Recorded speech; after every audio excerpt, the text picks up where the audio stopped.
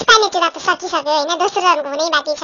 त्यसकारणले गर्दाखेरि कुटुमा कुटु भन्ने गीत आएछ, त्यो गीतलाई चाहिँ हल्का नेता र जनताको गीत बनाउन मन लाग्यो मलाई। सुनौ है त।